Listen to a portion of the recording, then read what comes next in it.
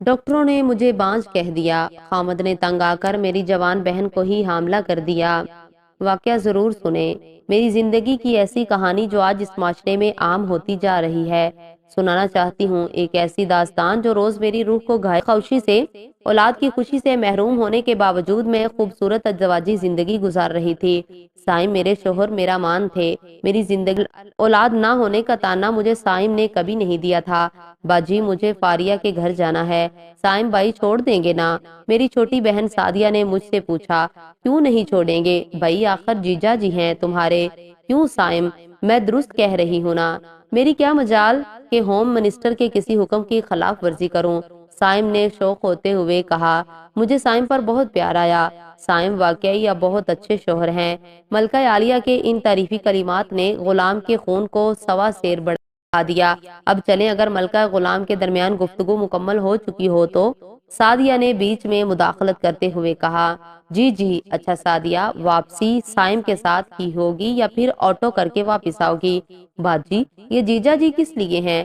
سعدیہ نے بھی کے ساتھ کہا۔ جیجا جی بوقت ضرورت ڈرائیور، خانسامہ، مالی، باڈی گارڈ، بس یوں سمجھو جیجا جی نہیں بلکہ ایک ایسا اینیمیشن کریکٹر ہے جسے آپ جب چاہیں اپنے من پسند کردار میں ڈھال لیں۔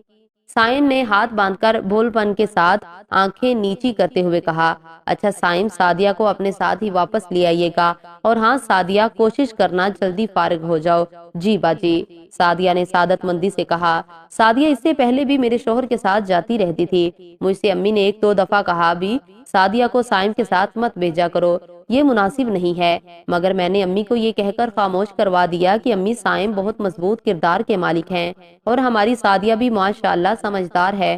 کوئی اور اگر مجھے کہتا کہ احتیاط کیا کرو تو میں بہت ترش جواب دیتی کہ یہ گندگی تمہاری آنکھوں اور دماغ میں ہے، تمہارے گھر کے مرد ایسے ہی ہوں گے۔ سائم سعدیہ کو ایسے ہی چاہتے ہیں جیسے کوئی بھائی اپنی سگی بہن کو چاہتا ہو، بلکہ شاید اتنا اعتماد سگے بھائی پر بھی نہیں کیا جا سکتا جتنا میں سائم پر کرتی ہوں، اور اگلی بندی اپنا منہ لے کر رہ جاتی۔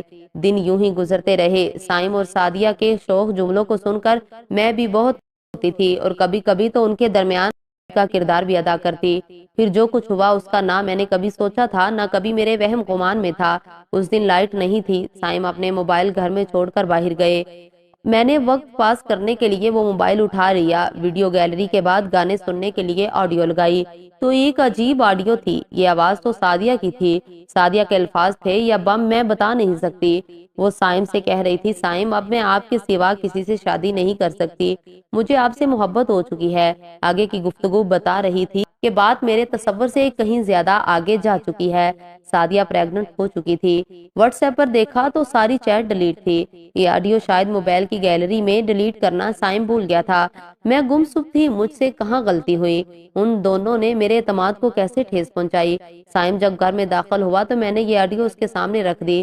سائم نے صاف لفظوں میں مجھ سے کہا، اچھا ہوا تمہیں پتا چل گیا، میں کوئی مناسب موقع دیکھ کر تمہیں بتانے والا ہی تو تھا۔ دیکھو میں اور سعدیہ ایک دوسرے کو چاہتے ہیں، ایک دوسرے سے پیار کرتے ہیں، اگر تم اس کی بہن نہ ہوتی تو میں تم کو کبھی طلاق نہیں دیتا۔ اچھا ہوا یہ بات آج تم پر خود کھل گئی ہے۔ سائم کیا تم مجھ کو طلاق دے دو گے؟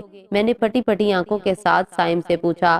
ہاں، کیونکہ دو بہنوں کو ایک ساتھ نکاح میں نہیں رکھا جا سکتا۔